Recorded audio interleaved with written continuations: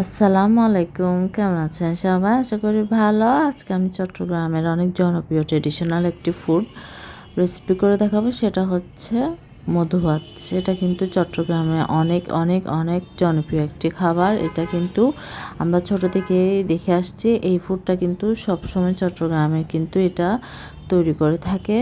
তো এখন কিন্তু সচরাচর বাইরেও অনেকেই চিনে, অন্যান্য অঞ্চলেরও। প্রত্যেকটা অঞ্চলে কিন্তু একটি জনপ্রিয় একটি খাবার থাকে, সেরকমই এটাও একটি যে চট্টগ্রামের জনপ্রিয় খাবার, সেটা হচ্ছে মধু ভাত। আমি এখানে জ্বালা চাল নিয়েছি 1.5 কাপ পরিমাণ। বীজদানের চালও বলে, আপনারা এটা বিভিন্ন রকম বড় সুপার শপে অ্যাভেলেবেল পেয়ে যাবেন। একটি সাদা হয়, একটি লাল হয়, আপনার যাদের যেটা হয় সেটা নেবেন। পোলাও চাল নিয়েছি আমি এখানে 2 কাপ পরিমাণ। ভালোভাবে ক্লিন করে এখানে আমি 8 কাপ পরিমাণ পানি দিয়ে এটা আমি রান্না করে নেব। এটা কিন্তু পোলাও ভাত রান্না করছি না, এটা আমি জাউ ভাত রান্না করছি। দেখুন এটা কিন্তু আমার প্রায় হয়ে এসেছে। আর জাউ ভাতটা কিন্তু জানেন এটা অনেকটা নরম হবে, একদম নরম হবে। এটা একদম গলে যেতে হবে আপনার ভাতটা। এটার কিন্তু মেন এটা এভাবেই তৈরি করতে হয়।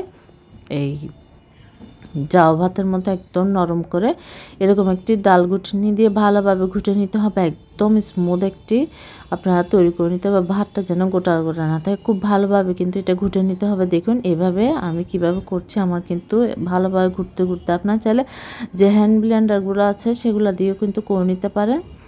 হ্যান্ড মিক্সারগুলো দিয়ে অনেকে কিন্তু এটা যেহেতু ট্রেডিশনাল ওয়েতে কিন্তু এটাই করে। আর আমি যে বীজ ধানের চাল বা জ্বালা চাল বলছি সেটা কিন্তু আমি ভালোভাবে ক্লিন করে পানি ঝরিয়ে ফ্যানের বাতাসে শুকিয়ে ব্লেন্ডার করে নিয়েছি। আপনারা চাইলে এটা ক্লিন করে পানি ঝরিয়ে ব্লেন্ডার করেও কিন্তু আপনার সাথে সাথে দিতে পারেন, কোনো সমস্যা নেই। একদম মিহি করে ব্লেন্ডার করে নেবেন।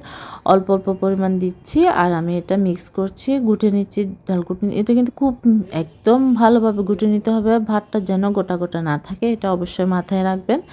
দেখুন আর মধুভাত নামকরণের পিছনে কিন্তু একটা কাহিনী আছে। এটা হচ্ছে এটা কিন্তু মধু দিয়ে তৈরি করা হতো। আমাদের দাদি নানিরা কিন্তু এটা মধু দিয়ে তৈরি করেছে, কিন্তু এখন সময়ের তালে কিন্তু এটা চেঞ্জ হয়েছে। এখন মানুষ যেহেতু এখন খাঁটি মধুটা অ্যাভেলেবেল পাওয়া যায় না, যার কারণে এখন চিনিটাই দেয়, কিন্তু টেস্টের ব্যাপারে কোনো চেঞ্জিং নাই। এটা জাস্ট মিষ্টিটা আপনার ব্যালেন্স করে মিষ্টিটাই, কারণ মিষ্টি আপনার মধু দিলেও কিন্তু সেম মিষ্টিটা হয়, চিনি দিলেও কিন্তু এখন মানুষ যারা তৈরি করে তারা সবাই কিন্তু চিনিটাই বেশি প্রেফার করে। আর আপনাদের হাতের কাছে যদি খাঁটি মধু পাওয়া যায় তাহলে আপনার মধুটা ইউজ করতে পারেন আপনার টেস্ট অনুযায়ী। আমি কিন্তু যারা হাতের কাছে খুব সহজেই অল্প উপকরণ দিয়ে যে উপকরণগুলো খুব সহজলভ্য পাওয়া যায় সেই উপকরণ দিয়ে কিন্তু আমি তৈরি করার চেষ্টা করছি। সেটা হচ্ছে চিনি দিয়েছি, লবণ দিয়েছি স্বাদ অনুযায়ী, দিয়ে কিন্তু আমি এটা খুব সহজেই তৈরি করে নিচ্ছি। এই মধুভাতটা কিন্তু অনেক টেস্টি। এটা কিন্তু চট্টগ্রামের জন্য অনেক জনপ্রিয়। এটা কিন্তু এমন কোনো মানুষ নেই যেটা পছন্দ করে না। খুবই একটা ফেমাস একটা ফুড বলতে পারেন আপনারা। এটা এখন কিন্তু খুবই অনেকেই কিন্তু ঝামেলার কারণে প্রসেসিংয়ের কারণে কিন্তু তৈরি করতে চায় না, খাওয়ার ইচ্ছা থাকলেও। তাই আমি খুব সহজভাবে আপনাদের ডিটেলিং বুঝিয়ে কিন্তু এই মধুভাতটা তৈরি করছি। আশা করছি আপনাদের ভালো লাগবে। আপনারা খুব সহজে কিন্তু এটা তৈরি করে নিতে পারেন।